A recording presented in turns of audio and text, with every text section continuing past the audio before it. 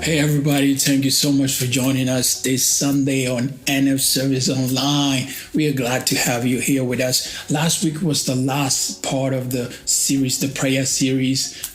We look at prayer in the beginning of the year because we believe that if you know how to pray, you can get through the year, because you never know what the year is going to throw at you. You never know what you're going to go through. And imagine going through hard times and not knowing how to speak to your spirit, how to speak to the Spirit of God. This is our important stuff, and that's what we started the whole year in prayer. And so I hope you listen to those messages and get yourself ready for surprises, because you never know what comes your way. And so during those series, we spoke about the secret power of prayer. We spoke about, pursuing God beyond your doubts, because doubts can stand in the way of prayer. And we spoke last week about how to pray, looking at how Jesus taught the disciples how to pray, and how that prayer pattern that he taught the disciples, in fact, is intentional and it's a powerful way to communicate with God. We dealt last week with only the vertical part of the prayer, but I'm praying to God that in the course of the year I can do the horizontal part of the prayer that has to do with our needs and what we need to do when it comes to going before God with our needs and wants and requests and things like that. But I encourage you to check those messages out, because you have prayer and you have your mind. You can rely on your own inspiration, imagination, and everything, but sometimes you run out. And so when you have a source, like I spoke in last week's message, the source, the Father, is our source. He releases his inspiration through us as we wait on him, as we count on him, as we accept his authority, and his authority releases the 3 P's. I spoke about the first P was his presence, his protection, and his provision. These 3 things is whenever we say Father and we accept his authority, these 3 things are made available to us because the Spirit in us position us as his children. And so we welcome you to Nexus Fellowship. Nexus Fellowship is a community set up to help everyone struggling to maintain their faith. Maybe it's a passed down faith. You receive this faith from your grandparents, from your mama, from your papa, or from people around you, and now you're wondering, how does this faith fit in my life? I mean, I don't need to be always praying to God to give me this or give me that. Most of my needs are met, so do I still need God? This is what Nexus or NF Service is here for, NF Community is here for. We are here to help you understand how you can put God in the middle of everything that you want to do with your life. God is still relevant today. Do not watch the world too much, but if you want to watch the world, you will see without God, we keep on making a lot of mess. So putting God at the middle of it helps. And we know when you have questions, you do not want to, accept this faith blindly. You live in a smart world. You have access to information than somebody who was living 40 years ago, 30 years ago, or even 20 years ago, and even 5 years ago. Things change every day.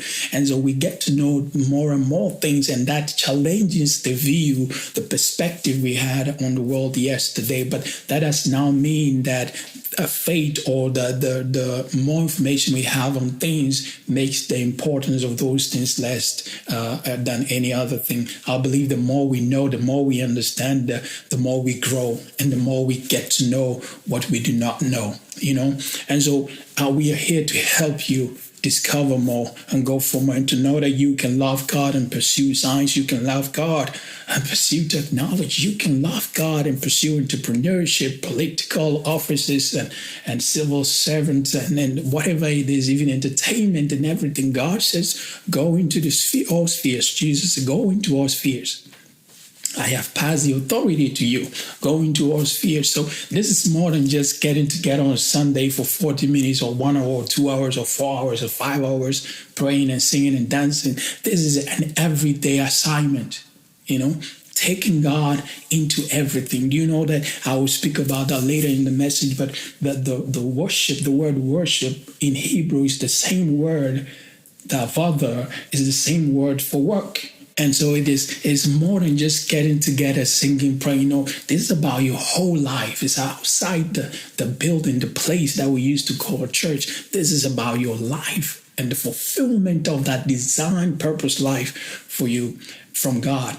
And this is what we want to help you capture, so that you will live not double life, 2 lives, 3 lives, no, one life.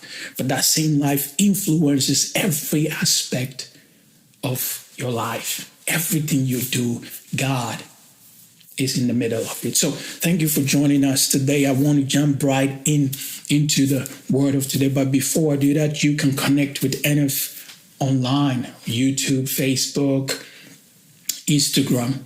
We are there. Join us, connect with us. Do not stay confused about life. Take action. Join a community that can help you grow.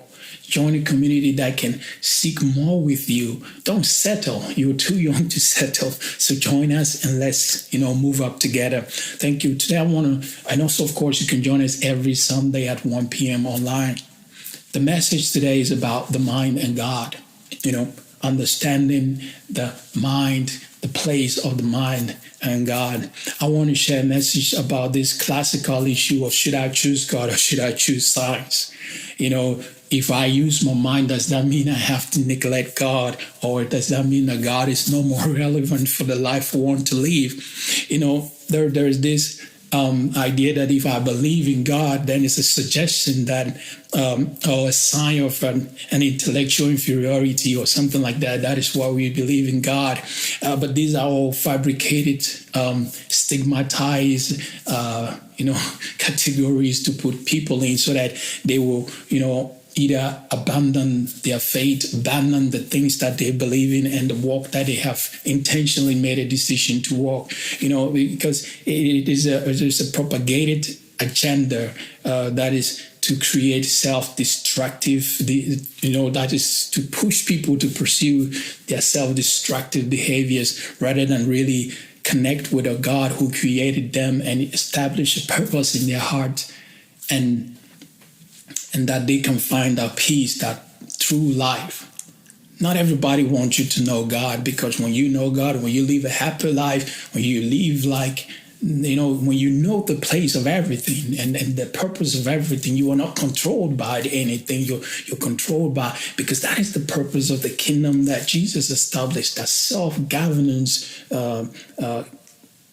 gathering. That is what the ecclesia, the church, means, that we come before God as the call-out people who should sit together and bring the purposes and the will of God into our life, into the life of the people around us, and live according to the will of God.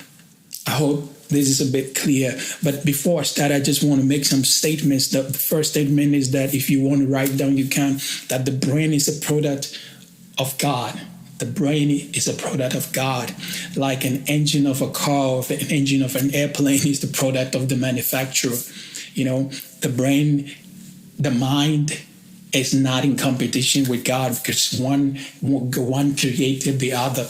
The one who manufactured the engine of a car, the engine cannot compete, because the engine has the power to move the car. That's not necessarily means that it can compete with the one who created it. It's not possible. It's not good. It's not even the right way of thinking. God and science have never. The second statement is that God and science have never been in competition. Do not buy into those ideas, those religious, not religious fanaticisms, but people who like to categorize everything. So they will put people in religion, and they will put people in science, and they will want to put a stamp on you and make you belong to one side. It is not about one side. We are more than one side. We will see that further, but God and science have never been in competition, and that is also not possible, because science is the study and the understanding of what God has created. Okay, science is the study and the understanding of what has been created by God. And so how can you study the creator? How can you compare the creator to the one that study what the creator has created?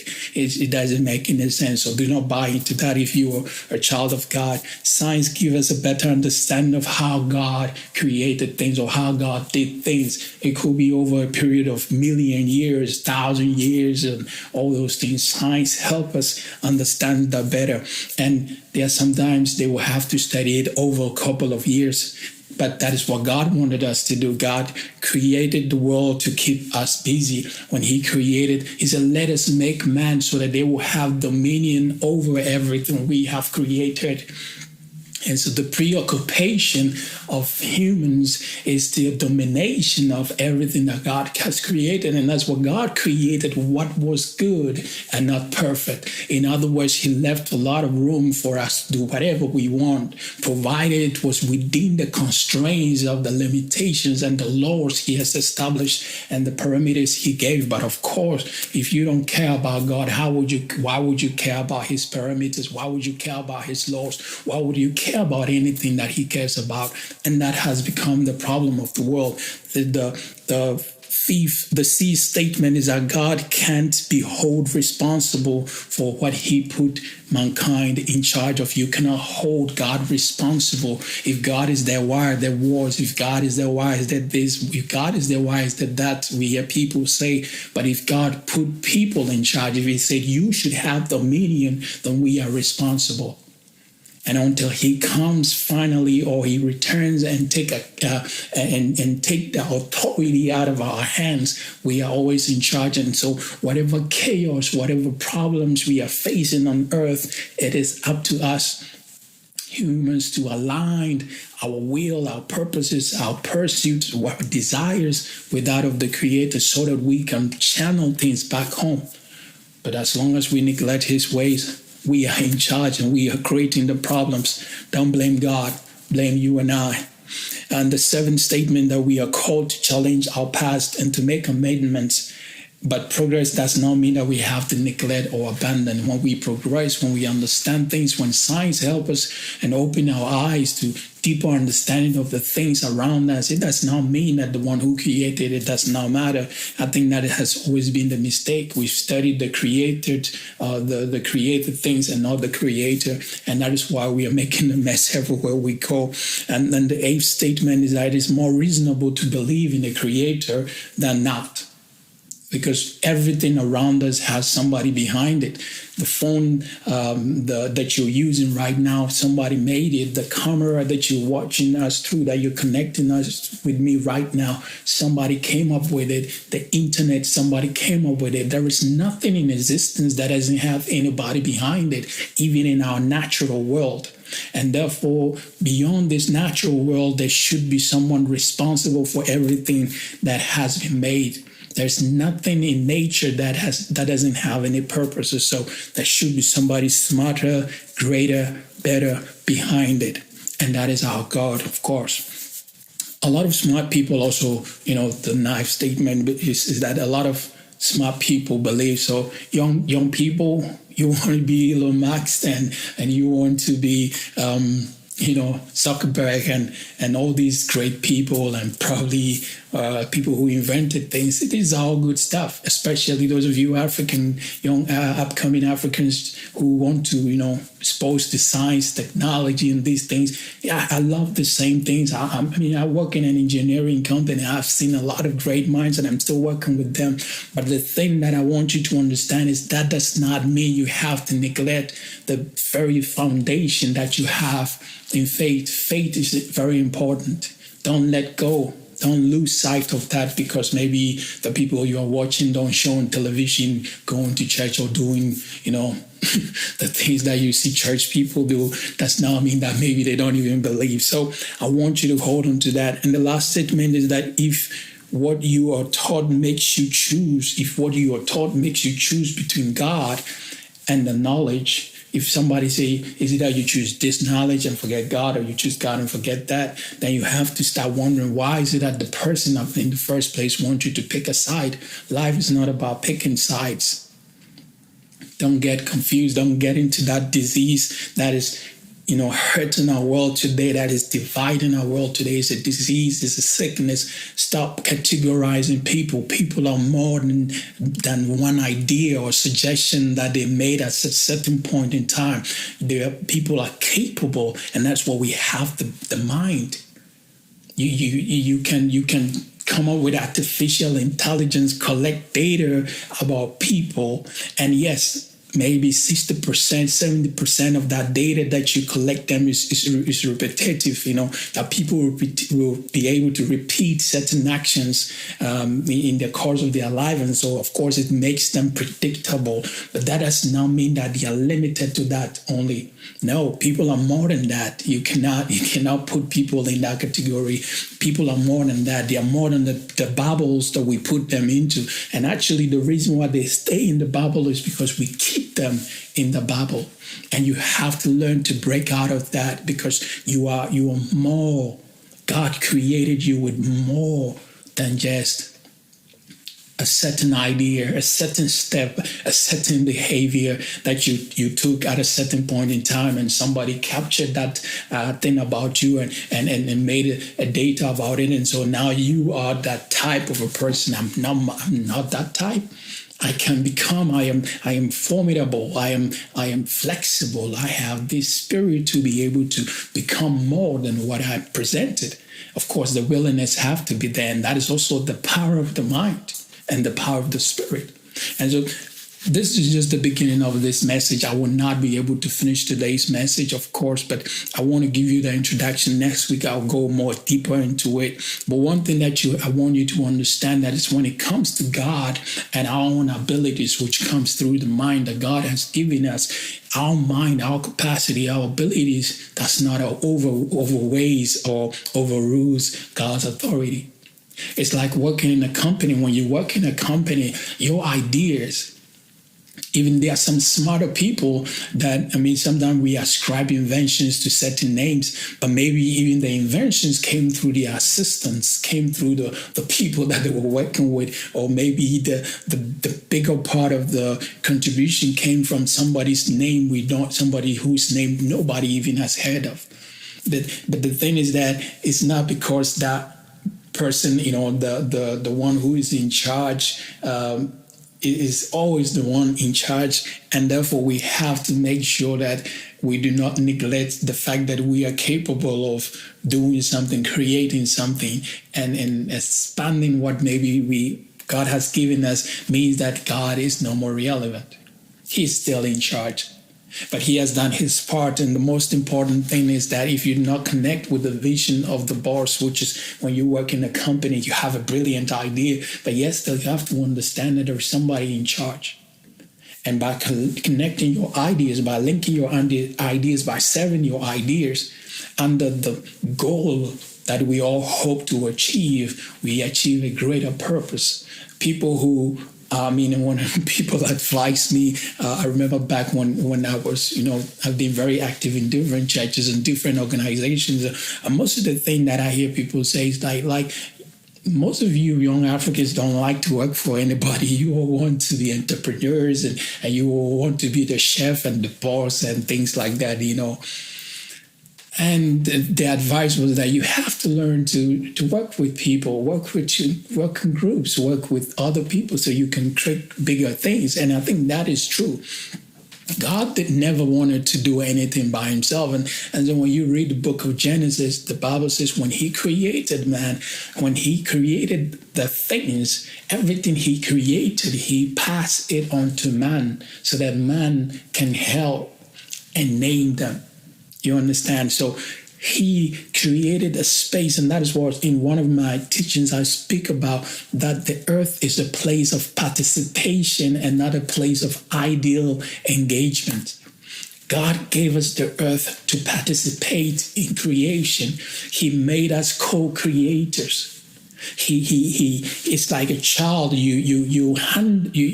you play with a child, you do not solve the whole problem. You solve a part of the problem, and then you give them a part for them to solve.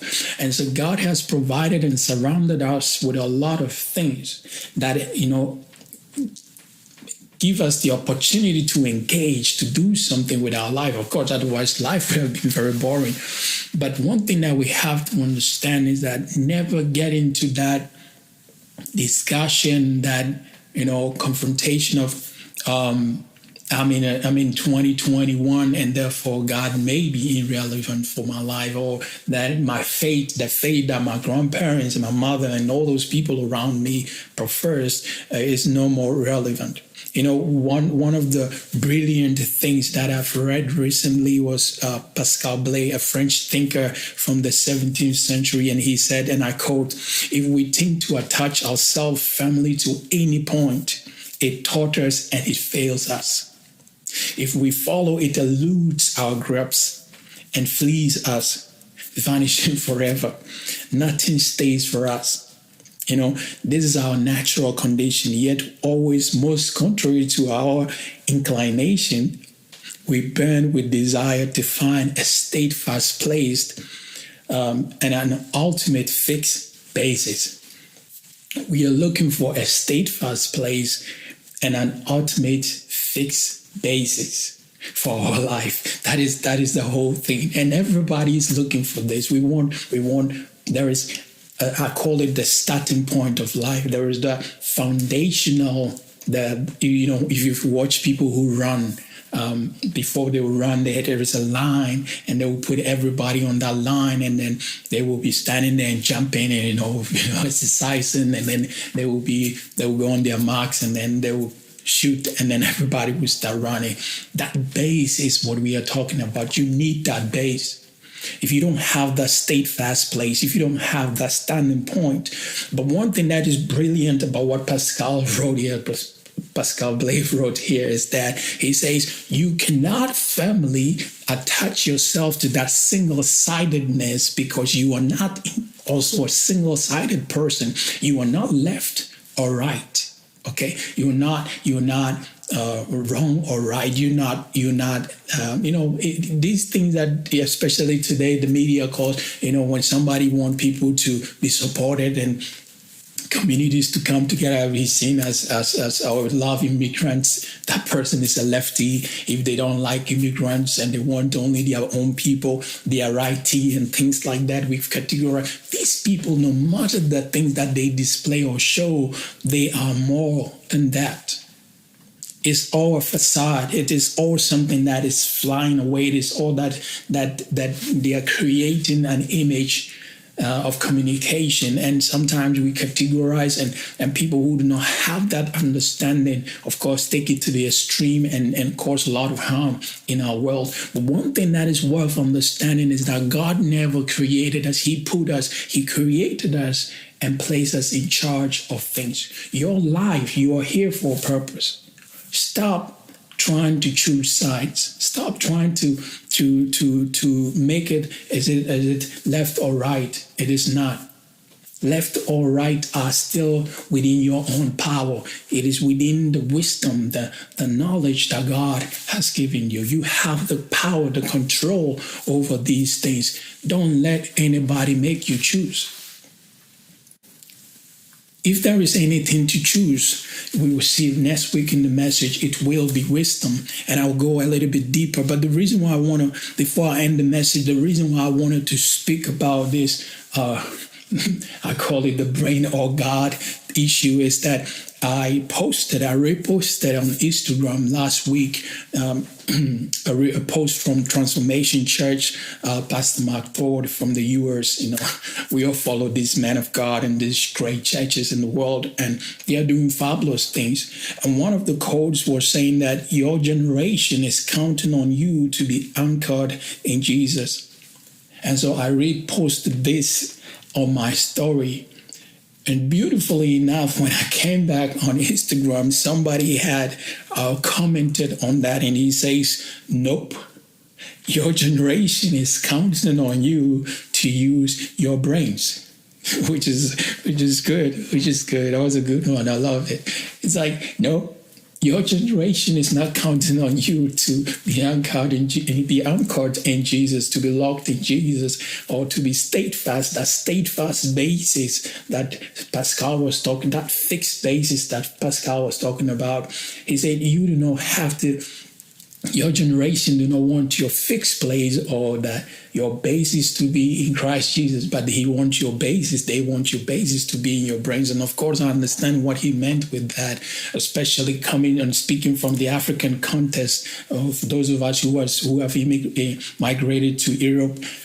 We still have a lot of, catch up to do, leveling up to do, and that is fine. There's nothing wrong with that. And of course, there is a tendency, and I love that word, there is this, if you do not take care, you might be tempted to overdo things. You might be tempted to forgo that which you have been, that has made you who you are, that has brought you to where you find yourself today. And it is that thing that we have to be careful we do not let happen. We do not have to let a generation grow up whose understanding or exposure and the experiences they are having in the world outside where their forefathers and mothers grew up now change their way of thinking. Yes, change is very important, but to abandon that which has taken place without looking into it will mean that we can never write any history on our own. We do not have to abandon our traditions, our cultures, and who we are. No, but that does not mean that we cannot learn and grow. So it is about learning and growing. It is about understanding, like, this is how grandma and mama did it, but how do we do it in our time? It's a new generation, it's a new layer. Understanding that the way the former generation used to approach faith, maybe God is calling us to a new way to approach faith. And so when God was dealing with Moses, he dealt with him personally, dealt with him differently. When a new generation, the Joshua generation, came along, God dealt with them differently. Even though they had to handle the same issues, they had to do it differently. And so you have to understand that as a generation, whenever there is a new generation coming up, and then one beautiful thing is that every generation thinks they are smarter, better than the previous generation. That is what I've read. But one thing that we ought not to forget is that the foundation that has brought our forefathers, our mothers, and our sisters to that point where they are now and where we find ourselves, we shouldn't undermine it. If anything, we should learn how to better those things, because it is all about bettering those things that makes us who we are and not neglecting or abandoning it. And so if you are a person who was raised in faith, do not neglect your faith. Do not abandon your faith for any other thing. Hold on to that faith. Find and understand the new ways. What is the next level of your faith? Is the question you have to ask. It's not a matter of, now do I have to keep this faith or let go because I understand this or understand that. I hope you captured the spirit of the message. And next week I'll go more deeper into the mind and into who God is for us. But I want you to understand that it is good that we start asking questions. It's good that we start commenting, voicing out our opinion. Do not accept everything that is just thrown at you. Even the scripture is a translation, and sometimes some things can be lost in translation or in interpretation. And so it is up to, of course, the leaders, the people that are, bringing people before God to dig deeper, to find the truth and to present it as God will have it being presented. And so the biggest fear is that if we do not take care, we will lose a generation, especially of bright young Africans growing up in Europe who would turn their back on God because of the exposure in Europe, and the way of life in Europe. But we do not want that. We want to help you stay in your faith because we know when hard times come, your faith can rescue you. We know when things are difficult, your faith can help you. We know when things don't work out, your faith can assist you. So do not let go of that good thing that that has been passed on to you. Even though there are facts, there are truths, Google has made information accessible everywhere. All that you have to understand is that you do not have to choose a side. You have to seek wisdom to make the right decision every time a decision is presented to you. You know, in Romans 14:5, it says that one person considers one day more sacred and another considers every day alike. Each of them should be fully convinced in their own mind. Whatever it is that you're choosing, if you want to choose sides, then you have to be convinced that that is what you want. But I encourage you not to, because you are more in God's eyes. See you next week. So I will see you next week. Leave your comments if you're watching this on YouTube, or you just leave. If you have any question, let us know online service in our online services, and we will answer them. Or we hope to see you on one of our pages on Facebook, Instagram, or YouTube. God bless you and stay safe. And we will see you next week.